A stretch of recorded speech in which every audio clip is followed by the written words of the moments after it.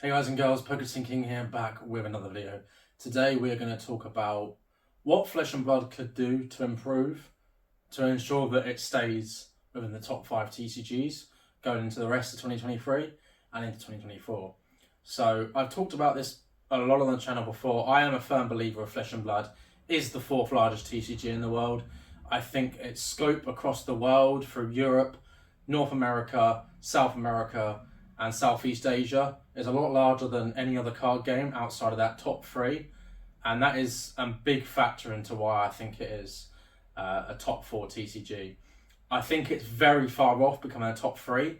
I think it's at least 5 years off becoming a top 3 TCG. I think Magic the Gathering, Pokemon, and Yu-Gi-Oh aren't going to be knocked out of that top 3 scope for years to come.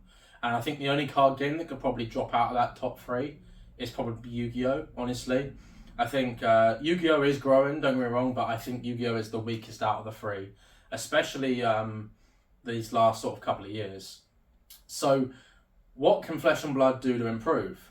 So one of the things I think it could improve on is in UK and Europe, I think there isn't enough support. I know we had the foreign language black border sets, and I know that was absolutely amazing to get different language cards, and I know we're getting the Japanese language cards next year, but I feel like the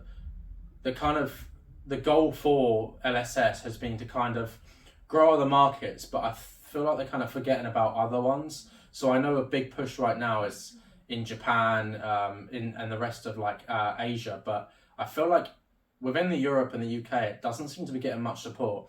I know a couple of large stores within the UK, one specifically, Kingdom Gaming, which were one of the first stores in Europe to sell singles. They barely sell any Flesh and Blood now. I've spoken to the owner myself, and he has very little interest in supporting and stocking Flesh and Blood going forward, and that includes running events, because he felt like he's been a little bit let down by LSS. And a lot of the things that I've seen with a lot of stores as well, with issues with distributors as well, is another factor. But I feel like the marketing push is one big thing I think they can absolutely work on across the world. I think their marketing compared to a lot of card games. Now, I'm not a massive fan of MetaZoo, but I feel like their marketing is really good.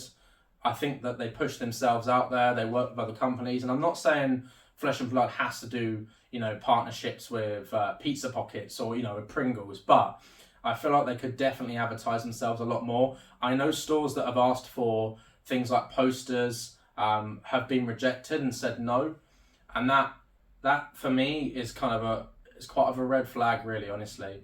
I think any store that wants to stock Flesh and Blood should be given, a good welcome package. I know that it's happened in the past, but I feel like ensuring that stores want to stock it, you need to give an incentive. In a very saturated market right now, stores will choose to only stock the top 3 TCGs and won't take the risk in stocking anything else.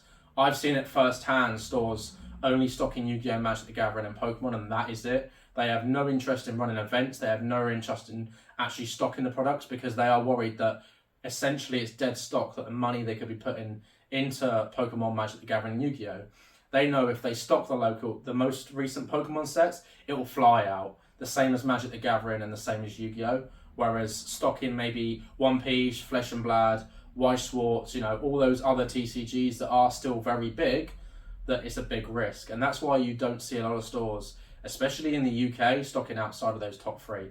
I know in America, a lot of stores do stock Flesh and Blood, but one of the key factors is, do they sell Flesh and Blood singles? A big indicator into their faith in the card games is, do they sell singles for it? Because it's very easy just to buy a couple of cases of every single set for a multitude of card games, stock it, sell the packs, done. It's over. But are you cracking packs and taking that risk in selling singles? And until we see a lot more stores selling singles for Flesh and Blood across the world, that is going to be a key factor as to why it won't be a top 3 TCG. And as I said, I think we're quite a few years off. We are still one of the only indie TCGs out there, especially in the top 10 TCGs. I think Flesh and Blood is the only one in there. All the other companies are run by all of the card games are run by big companies. You look at Yu-Gi-Oh, we've got Konami. Pokemon is Game Freak, Nintendo, and the Pokemon Company International. And then obviously Magic the Gathering is Wizards of the Coast, aka Hasbro as well. And then you've also got cards, like One Piece. That's a massive IP, and that's owned by a massive company. So I think Flesh and Blood definitely needs to do a couple of things. It mostly falls down to LSS, really, honestly. I think there has been cases where I think they're over arrogance on the card store, on the actual card itself. I feel like their approach is Flesh and Blood will sell itself. If we make a good card game, it will sell itself. And unfortunately, in 2023, that isn't enough. Don't get me wrong, Flesh and Blood is one of the best card games to play. But are they marketed enough? Which they're not. Are they helping new players enter the game? I know that they're working on a new product that will help players get into the game.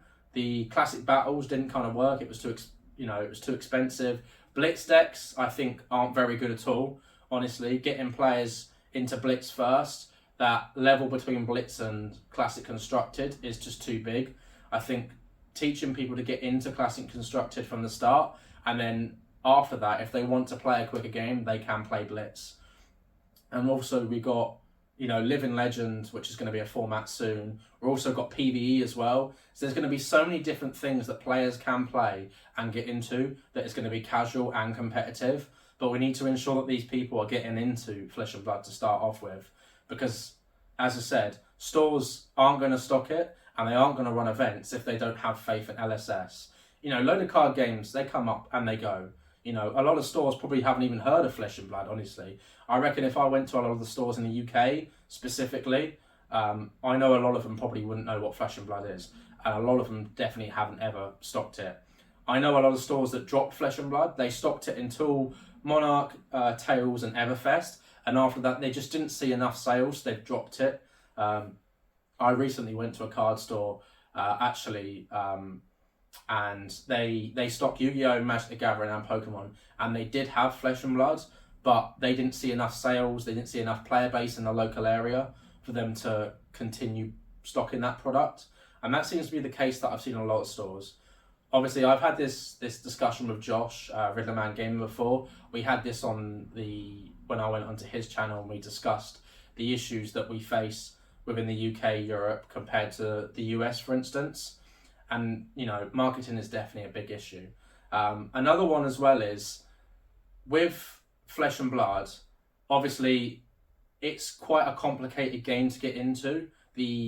Not just the entry point, but playing it as well. There's a lot of things you've got to kind of keep track of compared to some card games. So that's why I think having these learn to plays, I know that there's some on YouTube already, but having it made by themselves, working with content creators, and kind of creating a product that you can pick up and you can play within a couple of minutes of learning the rules. A lot of card games have got this kind of product. I think maybe something similar to Commander decks would be probably a good product for Flesh and Blood, because you have got a ready built deck. Obviously we don't want to have, Commander format, but having a deck kind of like that, and maybe including a booster pack or two, so you can kind of open some as well and also customize your deck as well. I think card games that have decks with booster packs, it's another product that I think could sell as well. A lot of people might only buy the decks, if they want to start learning to play, but we need to also have these decks available. People in Magic the Gathering are buying Commander decks, not just because they've never played it before, but because they want to try a new Commander. So we could do that with our heroes. We have a very kind of similar thing here, where it would also solve the issue as well of the entry point being too expensive to get in Flesh and Blood. I've had a lot of people say that legendaries are too expensive, and I completely understand that. I think a lot of them are. I think if you did a deck that was, say, $39.99, and you had a ready-to-play deck, but you also had a reprint of a legendary, for instance, where you could get a random legendary, for instance, or you could get one specific to that hero.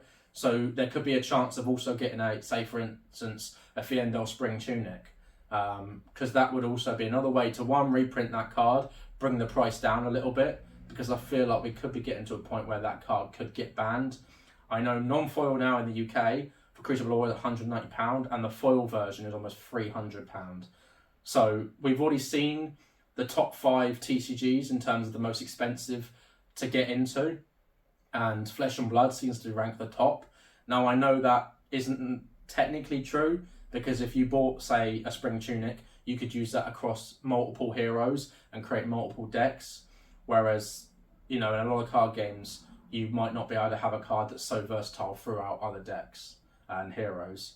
So there's a couple of little points where I think Flesh and Blood could definitely improve on. Drop down in the comments below kind of things that you see that Flesh and Blood could do. Obviously, I don't want to always talk about the positives. I also want to talk about the things they can improve on. I want Flesh and Blood to last, you know, 5, 10, 15 years. But that's only going to happen if they start improving on all of the things that they need to do. And I think talking about it, having open discussions as well is helpful. I know LSS are quite receptive to feedback. I know that if a lot of people talk about it, a lot of people share their opinions and share, you know, have these open discussions. I'm sure that these kind of things can be brought up to LSS in the future. But anyway, thanks all for watching. Please comment, like, subscribe as always.